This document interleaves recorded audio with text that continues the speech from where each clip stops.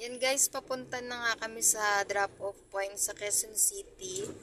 Yan, medyo makulimlimang panahon ngayon guys, pero sabi sa balita nakalabas na si Bagyong Ising kaninang umaga.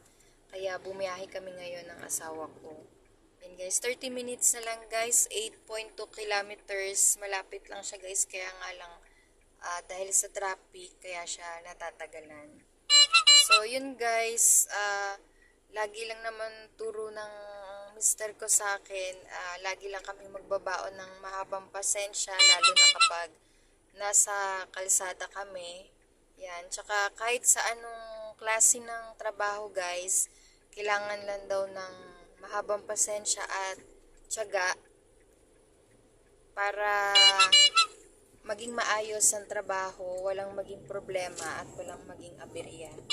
Ayan guys, so matraffic ngayon guys dahil long weekend, maraming namamasyal ngayon sa labas.